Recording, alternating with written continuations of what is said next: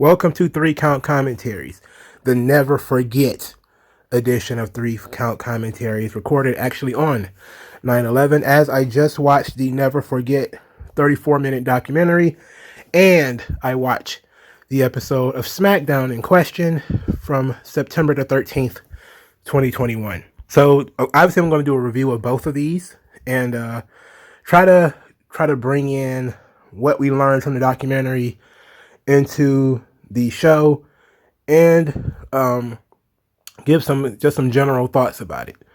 So I know that what was I on September the 11th? I know everybody has a story. My story is boring. I dropped out of school when I was 14. So when I was in 2001, I was sitting in my bedroom watching it on TV. I wasn't in school. I was 17 at the time, so I wasn't in school. I think I probably just took my brothers to school, actually, because I used to walk them to school. So I took my brothers to school, and I think it happened just as I was coming back home. And so, I just sat there and was like, wow, that's something. I didn't believe it was real at first. I thought it was like a commercial for a movie. So, that's me being a teenager, in Detroit. Like, I got most of my news from MTV. Like, I remember when Aaliyah died. I learned via MTV because I was watching MTV and all of a sudden it was like 800 Aaliyah videos playing in a circle. I'm like, what the hell's going on? Like, why do they love Aaliyah all of a sudden? And then I see at the crawl screen at the bottom, it was Aaliyah Houghton had died in a plane crash. I was like, wow.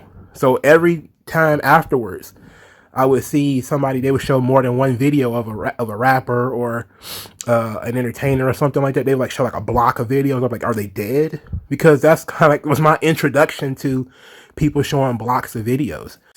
Like I said, man, like I play video games and watch music videos all day.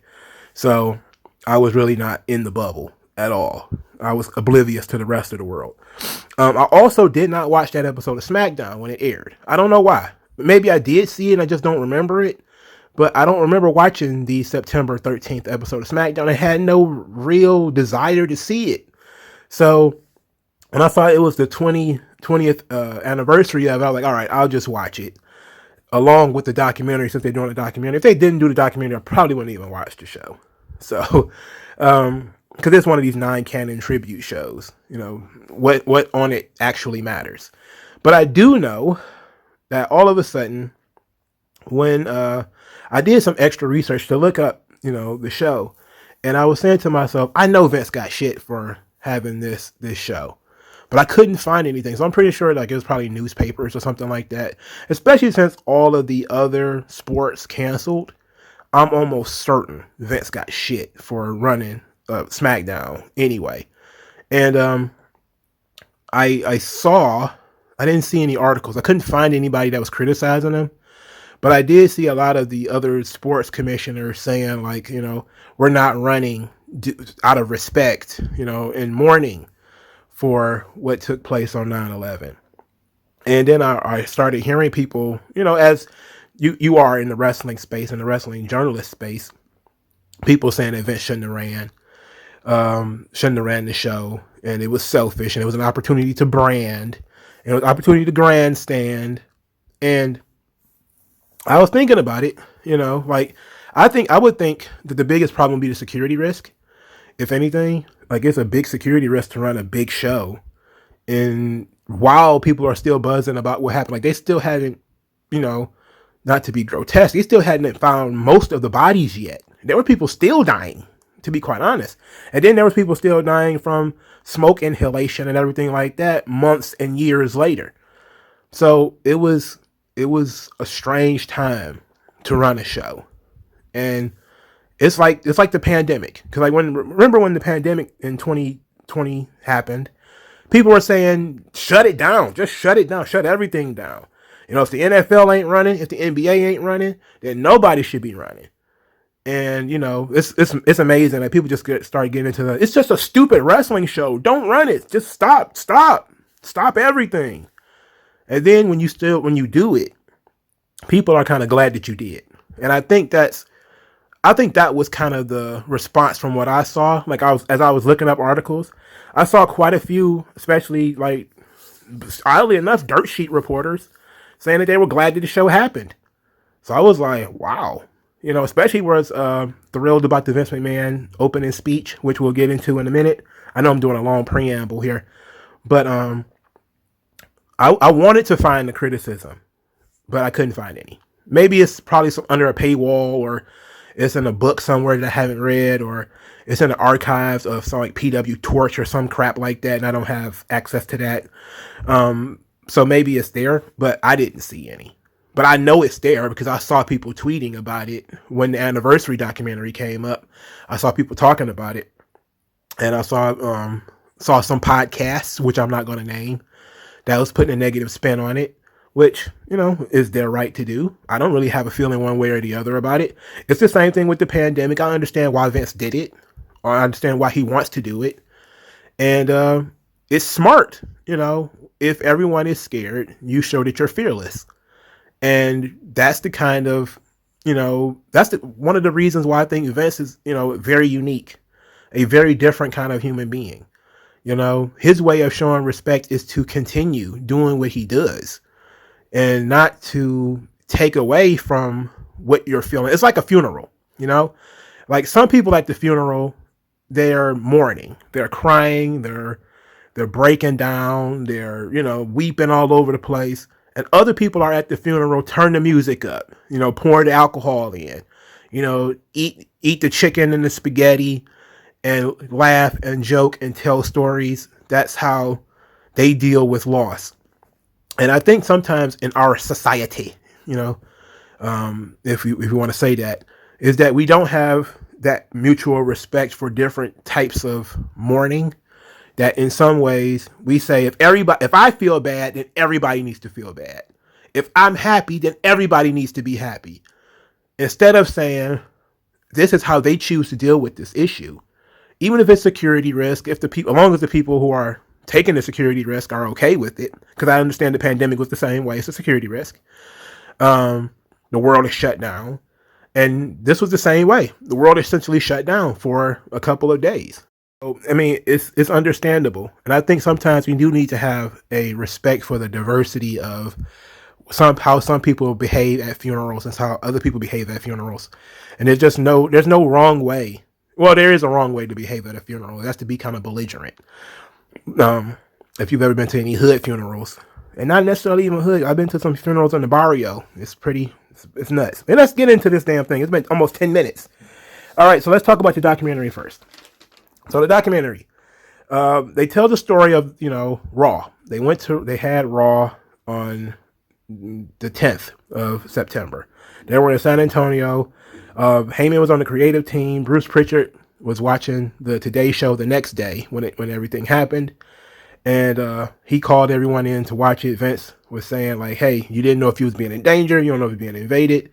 Vince looks like an old mob boss now. I'm talking about the wax face. Like, if you ever seen, like, not Goodfellas, Casino, like when they had all the mob bosses in the court on Casino, and they was like all on like oxygen. That's kind of how Vince is now. You know, like he's so old, like he's really old, and you just kind of imagine that if Vince was to get indicted on something, he would show up with on oxygen or something like that, and it's crazy. But at least he's understandable now. Like sometimes when he's talking, you can't really understand what he's saying, but at least you can understand him here. So Lillian Garcia talks about how she got a phone call from her friend who just wanted to tell her that she was okay, but then informed her to watch TV, and then she saw on television what had taken place, and now then, you know, the lines got cut, and she couldn't get her friend back on the phone. Stephanie talked about you not being able to get in contact with anyone. I know Stephanie is going to be kind of the star of the 9/11 tribute show. We'll get into that in a moment. Anyway, Vince talks about Madison Square Garden, you know, the home of the WWE, a loyal and appreciative audience.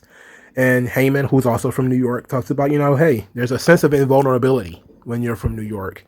But this brought some vulnerability. This shows you that this can happen, and this actually does happen all over the world, and it can happen here. So we learned that all sports are pausing. They shut down for a week, I think. I know the NFL shut down for a week. I'm pretty sure Major League Baseball did too. But the building manager called and shut everything down, security problems. Then Bruce Prichard says, hey, we told the talent we're going to stay here because the easiest course of action is just to stay in place.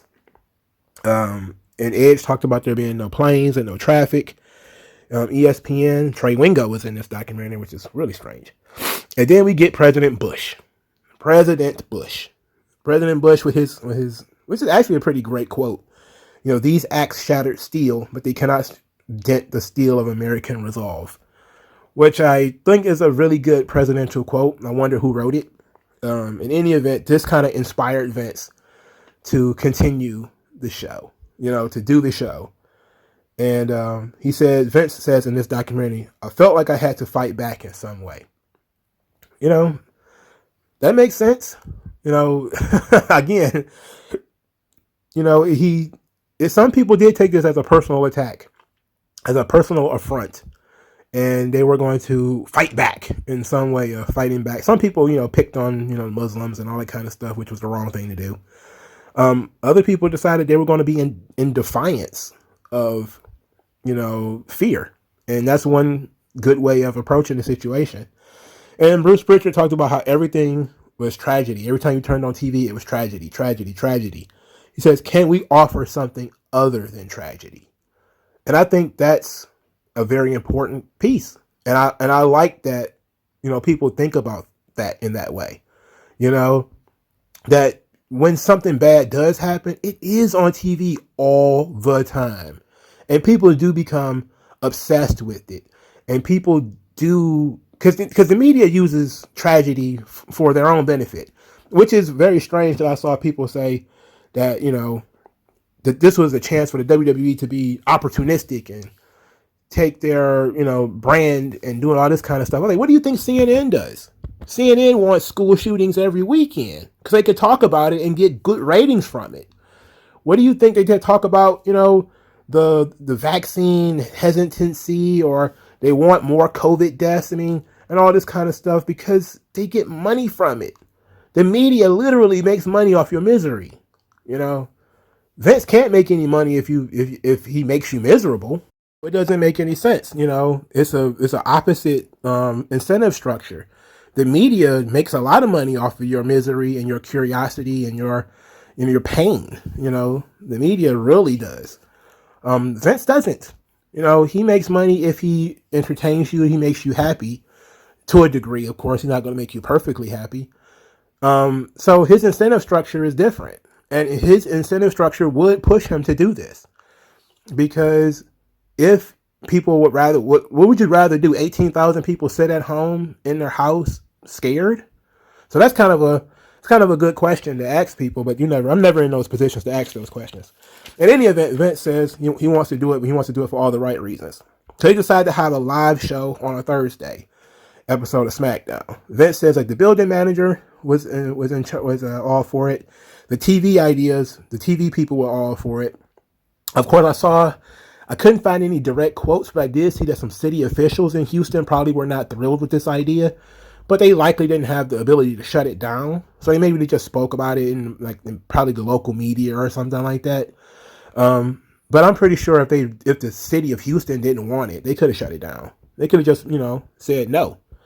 The government does stuff like that all the time. And they probably could have said it was too high of a security risk. Edge, who I think was probably the voice of reason here, says we should have been at home. We shouldn't have been doing this. He was like, you know what? We should have been at home. He wasn't even on this show. He was like, we should have been at home. He did a testimonial rather. He wasn't actually wrestling. But my question is, how are you going to get home, bro? You going to get on an airplane? Wasn't he living in Canada at the time? How are you going to get home? You dudes were stuck in Houston already anyway, as far as I knew. In any event, Austin said, look, are we moving too soon? Are we showing proper respect and mourning those who lost their lives? And I think those were obviously good questions. And they tapped Jim McIgnivale, the Houston furniture selling guy who used to do ads for Houston wrestling and appeared on other shows. They got him to help with the advertising for the live show. And they were able to draw a pretty sizable audience. You know, Undertaker talked about there being a sense of pride of bringing people together. Robert Ory, basketball great, who has apparently more NBA rings than more people dare to give him credit for, said that he already had tickets for the show, and this was a break from the sadness, and he just wanted a break from the sadness.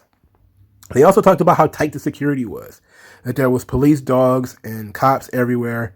Devon said, hey, they was checking IDs. Usually they would be able to just know who you are from looking at you, but, you know, not this time. This time they were being really serious. Lillian Garcia, who ended up being one of the stars of this, not only this documentary, but one of the stars of the show, started talking about how she could feel the energy from the moment that people started coming in, how the USA chant started almost immediately from when they entered the door. So then we talked about Vince's speech. Now let's go over to the Smackdown, the episode. I'm gonna read some of the I don't have any quotes, but read the general idea of what Vince said from his speech. It's called "The Spirit of America," and I think this was a very moving speech. And to be quite honest, I probably had not listened to it since it aired. If I watched this episode of SmackDown as a kid, which I don't know if I did or not, if we're being honest. But as I listened to it, I thought it was great. I don't like the idea of Vince listening to George Bush, but it was a great idea in theory. And he basically says that our nation's leaders have encouraged us to live our lives as we normally do, in the American way. The message of this assembly is that we will not live our lives in fear, that the citizens of Texas are not afraid, the citizens of Houston are not afraid, and American citizens are not afraid. That we are proud people, proud of who we are and of our nation, and to be Americans, we are fighters. We fight for our rights, we fight for our families, and we fight for this great nation. America's heart is wounded, but its spirit shines as a beacon of freedom. Thank you for the honor and privilege of performing for you tonight. Those are just kind of like some interesting quotes that he used. And he talked about this as a humbling and powerful experience. And that, you know, he got to go out there and speak from the heart. And Stephanie, who always talks so glowingly about Vince, and I know we're building up to Stephanie's deranged testimonial, which I cannot wait to talk about that. In any event, she said it's a celebration of what it means to be one people. But I think the most telling person in this was, I think, Law Boss, who's talked about, you know, this was what everybody wanted to say. That, you know, Vince said what everybody wanted to say. And yeah, I think so. I think people who were deep into that did want to say, you know, hey, we don't give up, we never surrender, and that kind of thing. So they talked about, you know, standing together on the stage, about it wasn't the time for, you know, the normal wrestling code of ethics with the, you know, the baby faces and heels and all that kind of stuff. It wasn't much of that anyway at this point. In 2001, we kind of blew the doors off the business. So the idea that we were breaking the rules with babyface and heel standing together, nah, I'm not buying that. They talked about Lillian Garcia singing the national anthem, which is an amazing rendition of the national anthem, if we're being honest. You know, it meant something that Vince even had the national anthem on this episode of SmackDown, considering we know that Vince prefers America the Beautiful. I think he's gone on record that that's why they sing America the Beautiful at WrestleMania, because Vince actually likes that song better than the national anthem. So on this episode of SmackDown, though, he put that aside and wanted the national anthem, which, you know, says a lot about how he was feeling at the time. It also says a lot about how Lillian Garcia, who didn't know she was even going to be doing it until just before she went and did it.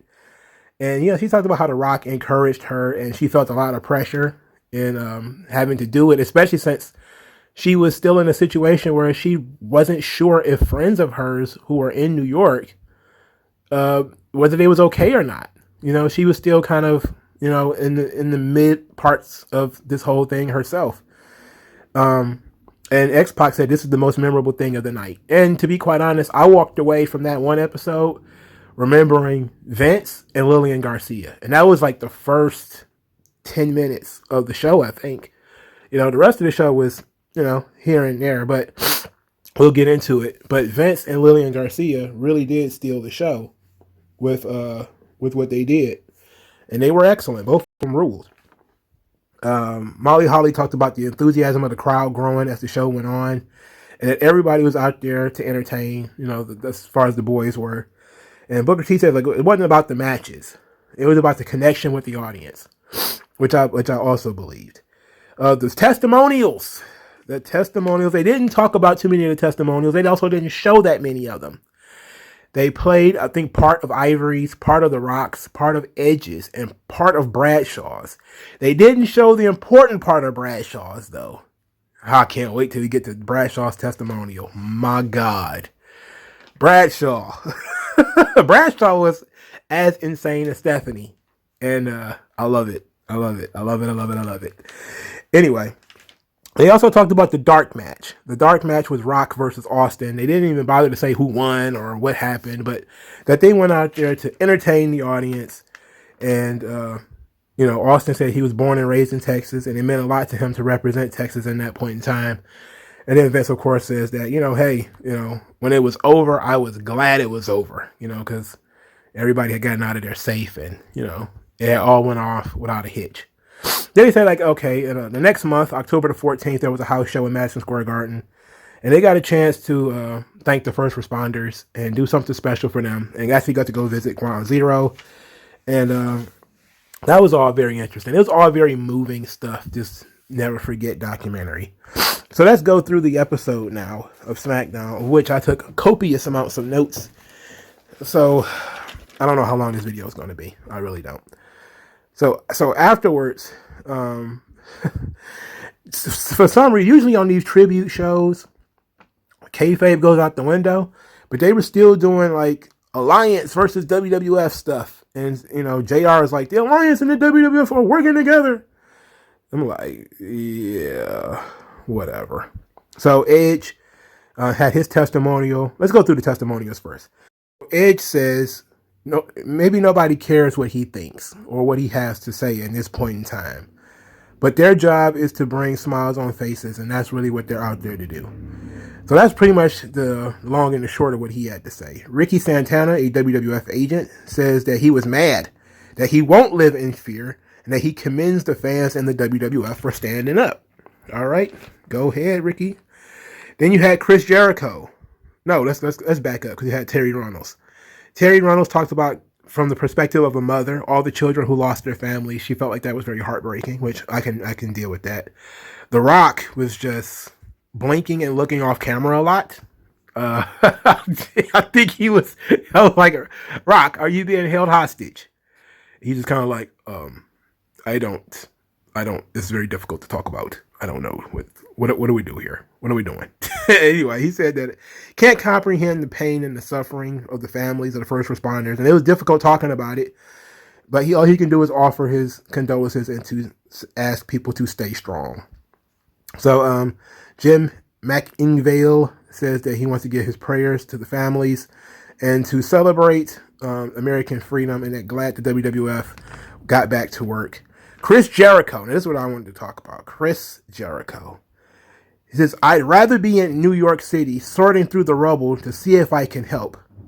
But if I can't be there, maybe I can help in another way. How about we be a little nicer to one another? Now, Jericho, come on. Come on. He said he would rather be sorting through the rubble. I can just imagine Chris Jericho with his hard hat on, breathing in all of that soot, lifting gigantic stones, throwing them to the side. I mean, it was a nice sentiment, of course. He obviously got cut off. He had more to say, but they kind of moved away. Michael Hayes was pissed. He said, we aren't a perfect people. We're a good people. The people who did this are evil. And he said that for him, it offered up some perspective that things that seem like you only read about them in history books, but they are real. He says, we will fight and die for our freedom. That united we stand, divided we fall. But be careful what you wish for. And personally, I can't wait for those responsible to get it. Wow. Yes. Man, they were beating the drums, dog. Alita was very confused about why she was even being asked to talk. She says, I don't know what I can say that will matter to anyone. Yeah. I guess. But she talked about, there being a layer of numbness and sadness and anger and fear and helplessness. She talked about, how when she is in a tough time, she just likes to take a deep breath. And that she hopes this episode gives people an opportunity to take a deep breath, take that first real deep breath. And I thought that that meant something, because it was from the heart. She didn't know what to say. Like most of these guys are young, like Edge, Lita, Stephanie. They're young people. They don't know how to respond to these things. Like, I don't know how old they were, but they had never been through anything like this before. So they're kind of not sure what to say or how to say it. So Canyon, then Taz spoke. Taz said it's scary for him to be so far away from his family, and that there's been a lot of bomb scares in New York, and that he would rather be at home with his wife and his son. And every moment that he's not there, he's worried about them, and he's also worried about them. And he says that to the people responsible, you're going to pay. And he says that maybe the president or the senator people, he said those exact words. He says, we're going to bring them to justice. He said, that's a load of crap. Forget bringing them to justice. Bring them down. Bring them down to their knees. Fight force with force. And he can't wait to go home. And Taz got a pretty good response. Them war drones, boom, boom, boom, boom. Ivory had a nice progressive message. I'm pretty sure if people who went back and listened to this, they probably walked away from Ivory's message with probably the best when it comes to epitomizing how most normal people think about this kind of thing. She talked about, first she sends their prayers from the WWF to the family and friends of the rescue crews and everyone that was affected. And she says, she asks the children not to be afraid and not to be judgmental, that there are good people. There are more good people in this country than there are bad. There are more good people in this world than there are bad. And that's why America is made up of all creeds, cultures, and religions. That's why it's so free and diverse. We are going to embrace this tragedy to challenge us to become a stronger, more connected human race, which I think is a very progressive message. Basically, diversity is our strength. Kids, do not hate the Muslims, which is, perfectly acceptable during this time. Then Bradshaw came in, and he's ready to go. Bradshaw said that he has seen and heard of some cowardly acts in his time, but never, the extermination of the Jews, the Oklahoma City bombing, innocent women and children killed, attacked due to religious differences or some other motive. But these people had nothing to do with you. He said, you cannot break or even bend the fabric of the United States. And he says to the critics of this show, go to hell. We do this show because we are here to give. And he said he would give his life for this country. And he has relatives who've done that. And that Bush was a great governor of Texas. And it's time for him to become a great president. And that the country these guys who are hiding these guys, we're going to turn it into a parking lot. God bless this country, and God help the son of a bitches who did this. We're going to find you. And Bradshaw the war drums are very, very loud coming out of Bradshaw. Michael Hayes and Bradshaw are boy and Taz. Okay. Taz Taz is from New York. He's ready to go. There's some guys here who are ready to go. They're fired up, man. But I remember listening to that Bradshaw testimony, and I just wrote down, Jesus Christ, Bradshaw. No, he got no chill whatsoever. He said he's going to turn your country into a parking lot. And I just said to myself, I took 20 years to do it. It's real bad, man. Real bad. That whole war on terror thing, it didn't. It caused more problems than it solved, and that should tell you that it didn't work. But I can understand, like, these are time capsules. That's the thing about this. This is a time capsule. Nobody feels this way now. We're looking back on it 20 years in the future. Back then, they thought, okay, we're going to find this guy, gut him like a fish, and then fling his body over an electrical fence or something like that. They weren't thinking that it was going to take 20 years and countless numbers of people were going to die and trillions of dollars were going to be thrown into a bottomless pit and a bunch of other stuff. Genocidal JBL, man. I don't know, man. That dude wild. That dude wild. That's the guy who came up with Tribute to the Troops. I can see it. So Kurt Angle said thoughts and prayers, and that when he was a kid, he always wanted to be an American hero. And he thought that he had finally achieved that when he became a winner of the gold medal. He said now he sees the real heroes are the police officers, the firemen, the doctors, and nurses, and all of those who stretched out their arms to help during this difficult time. They deserve a gold medal. They earned the right to be called Americans. Okay, I like the Kurt Angle sentiment. It meant a lot because he did represent the country in the Olympics. So, and it also, is very humbling because he says, hey, I can do one thing, but these people are doing other things. It's very Starship Troopers in a way where you earn your right to be a citizen.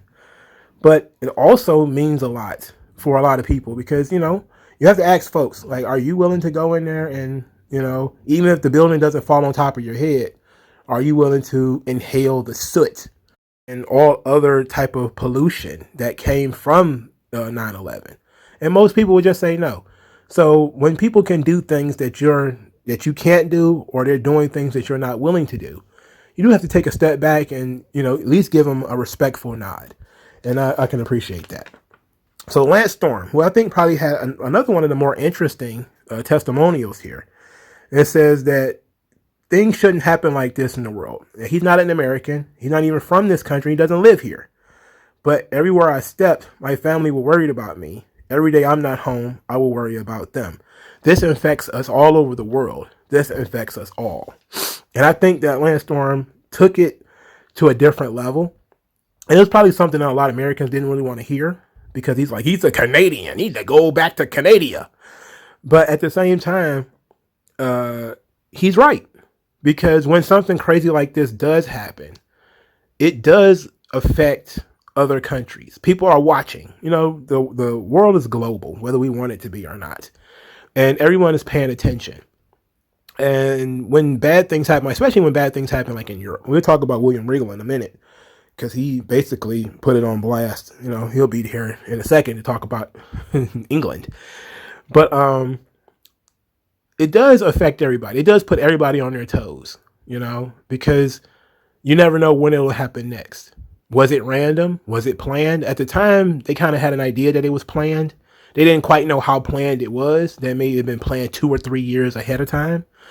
But it's actually a good thought process to enjoying America with the rest of the world, because everybody has these problems.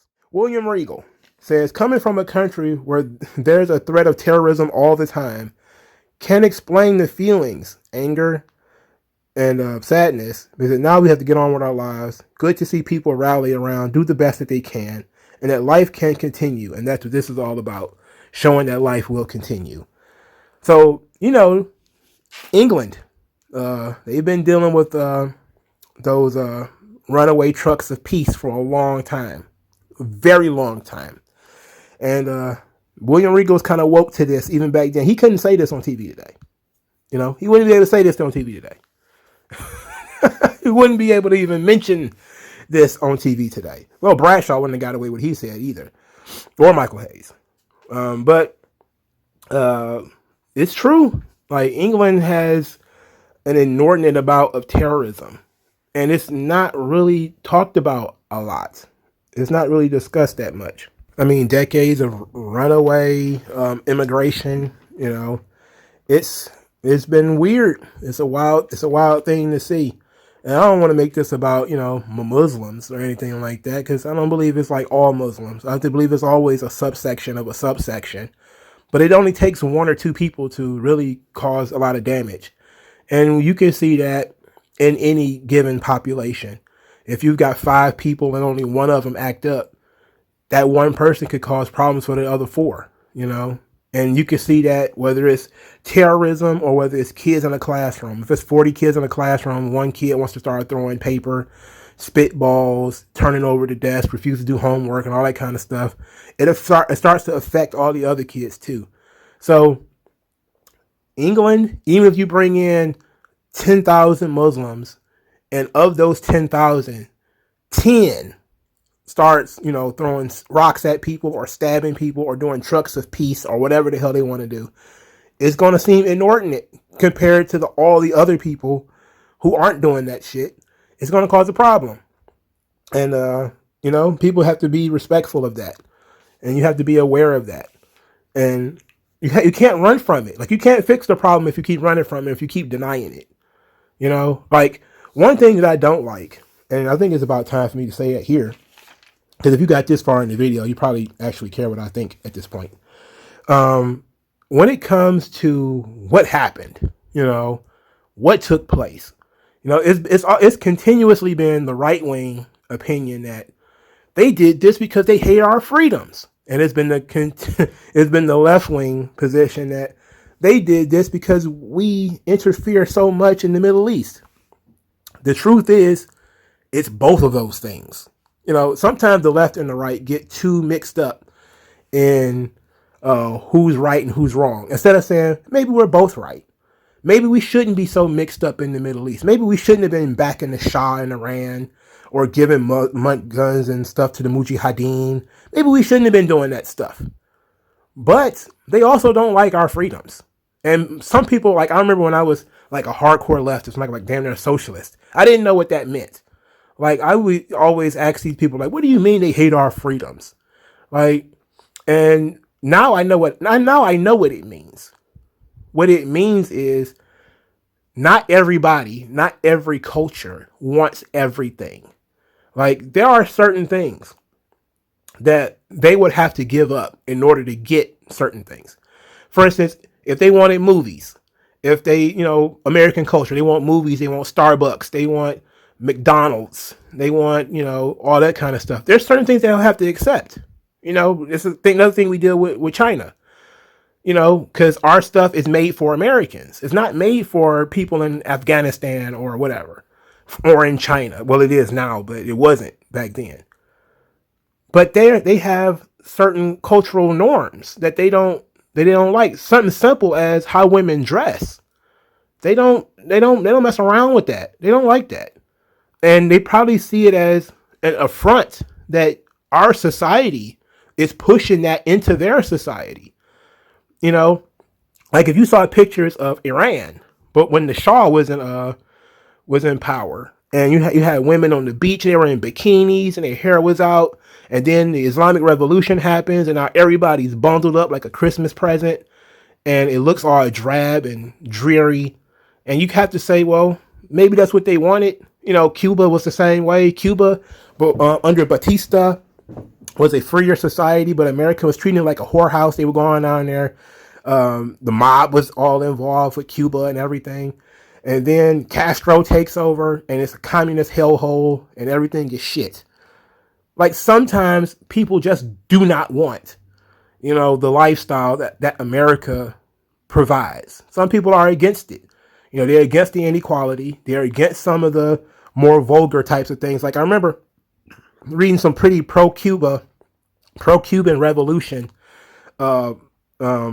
propaganda, and they were really against a lot of the sexual revolution stuff, a lot of the prostitution. They were against a lot of that stuff, and that stuff was going on down there. A lot of the gambling that the mob bosses and stuff was doing down there, a lot of the drug running. They were against a lot of that stuff, and they saw Batista as being one of the guys who was letting it happen. So part of the revolution was cultural, that they saw their country as being not just a puppet state of the United States, but also being turned into a dumping ground for American garbage, things that they don't want anything to do with. And that actually helped them get rid of it. And Iran was the same way. And it stands to reason that a lot of other Muslim countries are the exact same way. It's like there are things about America that they like, guns, for instance, or they may enjoy, some of the fast food and different things like that, the movies, the music, stuff like that. But there's going to be other things that you just don't like. Men and women sitting together, touching. They don't like that stuff. And too often Americans try to force that upon other people. And that's where you get the whole they don't like our freedoms kind of thing. It's like, that's not why they did it. It's just one of the reasons why they did it. Because you're Americanizing their people. That globalist concept of, and what we call nowadays global homo, of, putting pride flags out in, Afghanistan and stuff. They don't want that. They don't want nothing to do with that. and in trying to force that stuff, you do nothing but give them ammunition to fight against you. And that's part of what America was doing in the 70s and 80s that caused all the problems in the 90s and the 2000s. We went in there, you said, hey, we're going to make everybody rich. And you're only making up the warlords rich. Batista was rich. The Shah was rich. Everybody else was broke as shit. So, of course, that made the revolutionaries, they like, this guy's fat and rich. Everybody else is poor. It's the United States' fault. They're living in, contrary to Muslim demands or what's supposed to be in the Quran. They're running opposite to all of that. Once you get enough of those people thinking, like I just said, all it takes is one or two out of a group of 200. And if you get from 2 to 20, from 20 to 200, even in a small population, you can cause problems. It doesn't take that many people, So when they start going into this whole, they hate us for our freedoms, it's only half right. They also hate us for interfering in their lifestyle and trying to change their culture, even if it's not by force or through financial manipulation, but straight up through our media. Because some of the first things that they do is sometimes they ban American movies, like ban American companies and stuff like that. They get real protectionist. China does stuff like that. They start changing words, like they don't think they have religion in China, so they turn things from spiritual or to magic, or is it the other way around? I forget how it goes. But they change these things because they want their country to be a certain way. And they have cultural norms that are different from American cultural norms. And we want to be a global superpower because every company in the United States wants to be global. But you can't serve 100, 200 masters. You have to accept that you have one culture. That's the American culture, and maybe focus in the United States. And I think that when you see like the NBA stretching out to China, and you see Nike stretching out to China, and you see Facebook and Twitter, they're stretching into China. And then now they have to pick up Chinese cultural norms that we don't like censorship, but being able to knock people off the sites and different stuff like that. All of that is because these countries are setting standards. And that's all the Muslims were doing. They were setting standards like, we don't want your American crap in this country. Get the fuck out of here. And Americans were like, hey, but everybody likes Pepsi, right? Everybody likes Coca-Cola, right? They're like, no, you're in here making porn. Get the fuck out of here. You're turning our daughters into whores. Get out of here. And but it wasn't, it was a disconnect. They didn't want to listen. And so crazy stuff started happening. But also they were funding terrorist cells and all that kind of shit too, trying to overthrow governments and crazy stuff like that. But it's all one big melting pot. All right, I got that off my chest. Now we got to talk about baby girl Stephanie, because she is the last testimonial and quite possibly the most controversial. So Stephanie, I don't know how old Stephanie was, but she couldn't have been much older than Lita or Stacy Keibler. She probably in their same age group. But she said, some years ago, people tried to destroy my family. They attacked my father's reputation, they attacked my mother's reputation, and they attacked the WWF. They tried to rip us apart, but all they did was bring us together. Tuesday, America was attacked, but we are a united nation, and together we stand strong. I am proud to be an American citizen, and we will stand up for our freedoms and rights. Stephanie. Jesus H. Christ. I'm going to cut Stephanie some slack because I don't know how old she was here. I didn't look it up. But that was probably the most traumatic thing she had ever gone through. Her dad being on trial for steroids. She grew up the daughter of a multimillionaire. Vince wasn't as rich as he is now, but he had to be pretty rich even back then. Even back in the 80s when she was a kid. And here comes the 90s, and she's being dragged into these court proceedings, and she's scared to death that her dad is going to go to prison. And it's not just that, but it's also other people that they're trying to turn against Vince. You've got superstar Billy Graham. You've got Bruno Sammartino. You've got all these people she grew up with thinking that we were pretty good guys are now flipping on Vince. So she's having this very, very, very difficult time. And to her, she's trying to connect these two things. And she's saying like, hey, this was a traumatic experience in my life that brought me closer with my family. This is a traumatic experience in your lives that could hopefully bring you together with the rest of the nation. But the way it came out made her sound really small and selfish and self-centered, you know, because at the end of the day, yeah, Vince McMahon would have gone to prison. Maybe the WWF would have went bankrupt and a bunch of people would have lost their jobs. But I don't think anybody would have died. You know, at least I don't believe anybody would have died. In this situation, 3,000 people at least died, at least in that attack. Countless numbers of people, or maybe even having effects 20 years later, but of course she wouldn't have known that at the time. So I'm not going to, you know, blame her for things that she didn't know. What I'm going to say is she was incredibly short-sighted in her comparison. And it was absolutely ridiculous. It was absolutely ridiculous. It's one of the most ridiculous comments ever made on the WWE TV. A lot of people seem to think Stephanie has like I said, she's girl Vince. And she took that shit personally. And it reminded me a lot of the Dave Chappelle skit, you know, the Black Bush, when he's like, fuck it, them niggas try to kill my father. You know, that kind of thing. That's kind of how I saw the Stephanie thing. Right after she said these words, I was just like, Stephanie, sometimes you gotta turn it down. Sometimes you gotta turn the McMahon down. The McMahon is too strong in Stephanie. That's the problem. You know, she needs to turn it down. She needs to take like a saline solution or something like that to dilute it or something. She went off the rails. And everybody, the crowd, which made it even funnier, is that the crowd didn't really get into it until near the end. Most people was kind of like, what the fuck is she talking about? She didn't say steroid trial. She didn't say that. She just said, people attacked my family, attacked their reputation. Like, honey bun, people attack Vince's reputation every single week. There was dudes writing articles in the New York media, ripping Vince into shreds. Wait, be specific. But she tried. I think they should have not aired Stephanie.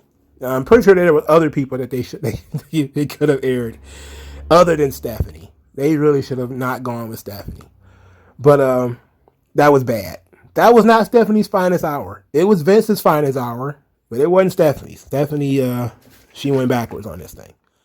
All right, so let's go through the matches. That was all the testimonials. The matches themselves were all in typical Attitude Era fare. They were all less than 15 minutes. Hardy Boys defeat Hurricane and Lance Storm with the Swanton Bomb. I had no idea Ivory was ever... Like, why was Ivory hanging out with Lance Storm and the Hurricane? I have no idea. Rob Van Dam defeated Spike Dudley in a match that was so fast, I drank a cup of water and it was already over.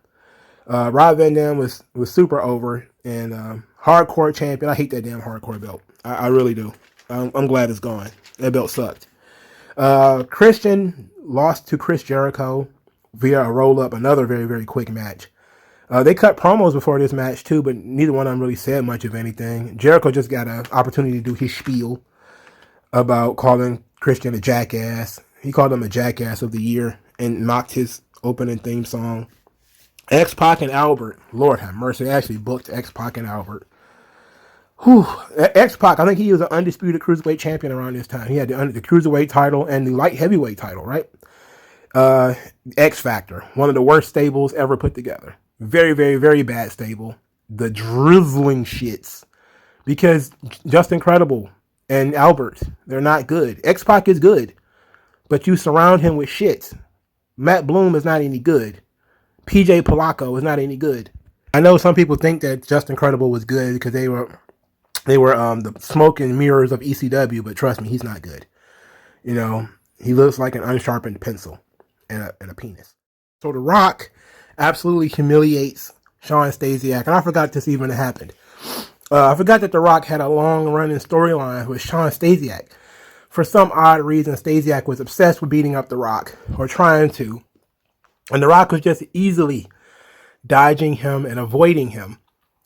And I still remember those segments where The Rock would not even be paying attention. And Sean Stasiak would come running into the screen and he would just step back. And Stasiak would fall all over himself. And then The Rock would just step right back into the scene. Not even look at Stasiak. But not even pay him any attention.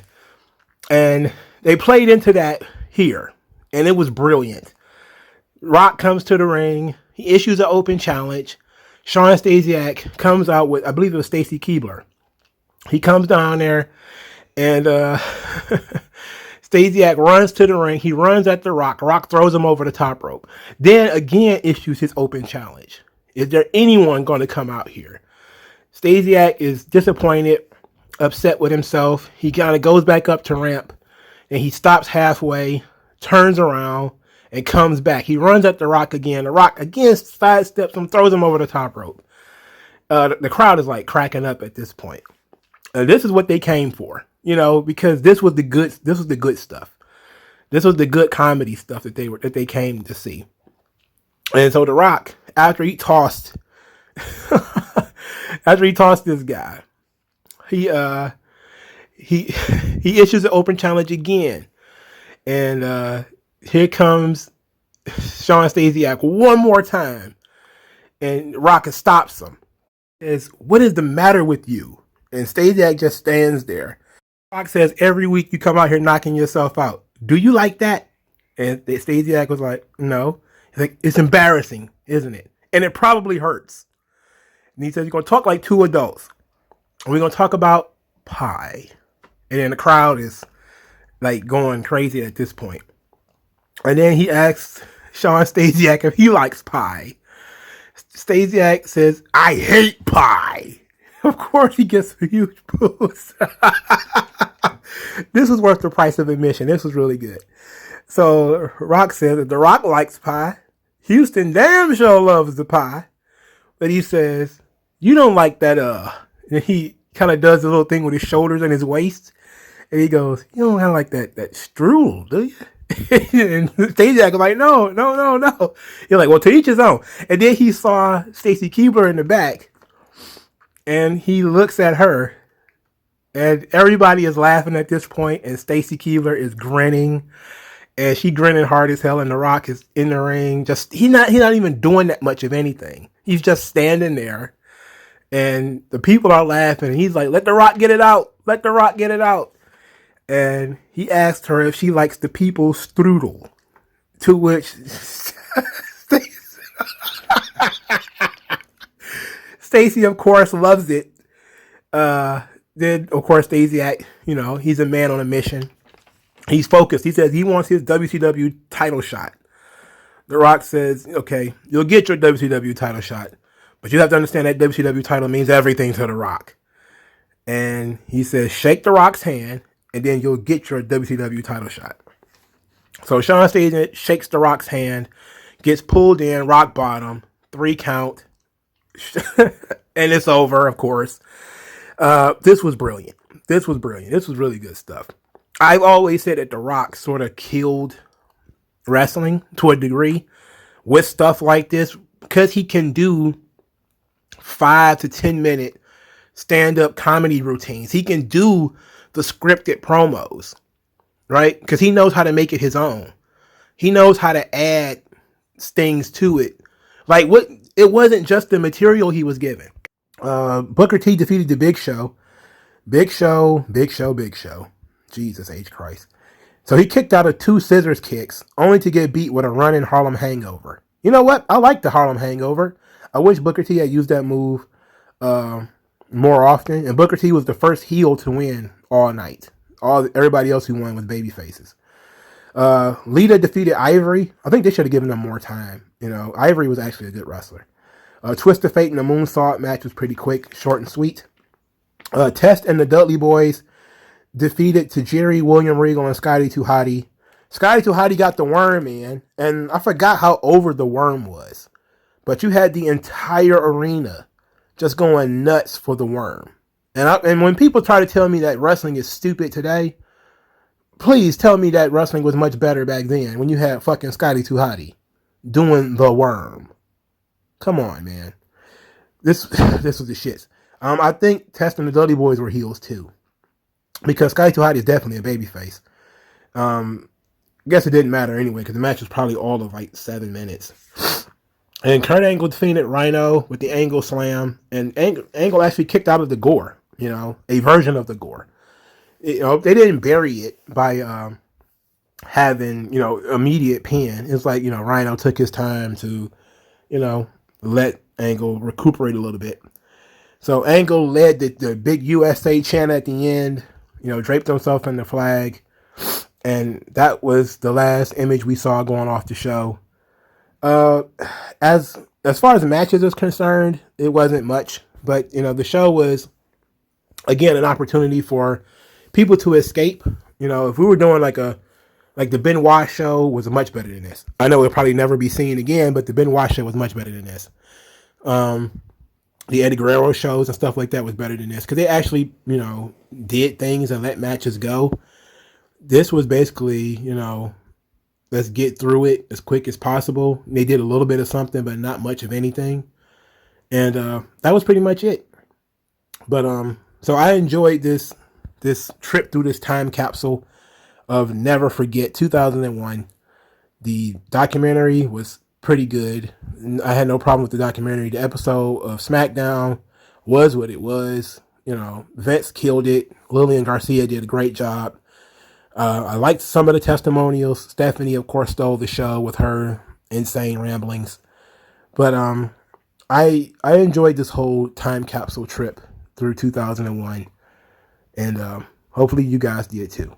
So like this video, share this video, subscribe to the channel, donate to the channel. Thank you guys for your time, and I'll talk to you guys later, man. Peace out.